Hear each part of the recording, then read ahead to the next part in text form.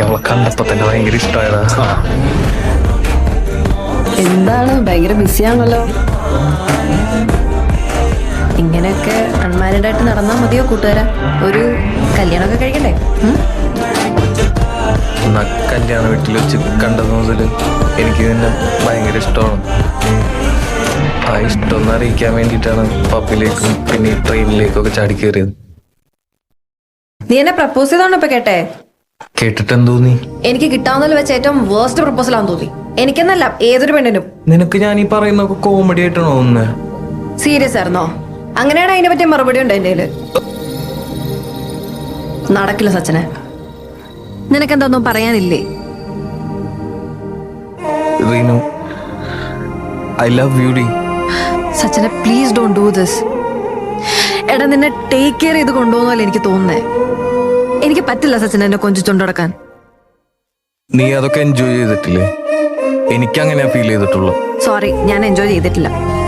നിനക്ക് പേടി, എന്റെ കൂടെ നടന്നു കഴിഞ്ഞാൽ എന്നെ പ്രേമിച്ചു എന്നുള്ള പേടി, അത് സമ്മതിക്കാനുള്ള മടിയാണ് നിനക്ക്. നീ എന്നെ ടേക്ക് കെയർ ചെയ്യുന്ന കേസ് പറഞ്ഞില്ലേ? എനിക്കിങ്ങനത്തെ കെയറിംഗ് ഒന്നും എന്റെ വീട്ടിൽ നിന്ന് കിട്ടിയിട്ടില്ല. ചിലപ്പോ സച്ചിനെ മതി, നിർത്തിക്കോ. നീ വലിയൊരു ഹാർട്ട് ബ്രേക്കിലേക്കാണ് പോകുന്നത്. ഇത് ഇവിടെ വെച്ച് നിർത്താണ് നിനക്കല്ലോ എനിക്കും. എടാ, നീ എന്തിനാ ഇത്ര ഡെസ്പ് ആവുന്നത്?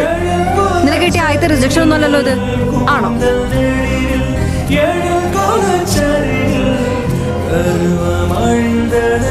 അവൻ നിന്നെ പ്രപ്പോസ് ചെയ്തപ്പോ ഇത് അവന്റെ ആദ്യത്തെ റിജക്ഷൻ ആയിരിക്കില്ല നീ അവന്റെ മുഖത്ത് നോക്കി പറഞ്ഞല്ലേ? എങ്ങനെയാണ് ഇങ്ങനെയൊക്കെ പറയാനുള്ള കോൺഫിഡൻസ് കിട്ടണത്? ഞാനൊക്കെ പറയണ പോലെ അല്ല നീ പറയുമ്പോ. അമലെ, ഞാൻ അവനെ ഹേർട്ട് ചെയ്യാൻ വേണ്ടി പറഞ്ഞതല്ല. എന്നാ അവനത് ഒട്ടും ഹേർട്ടായിട്ടില്ല.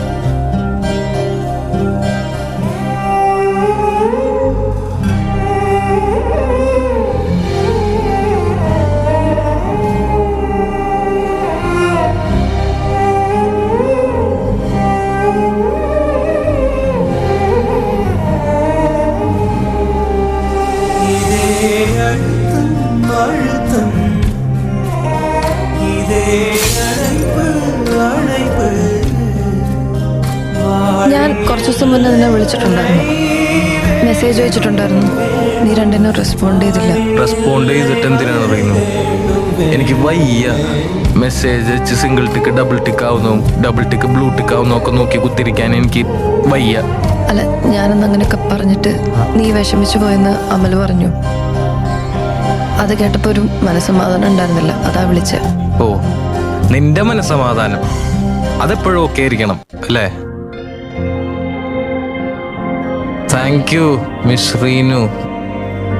Good night and good bye.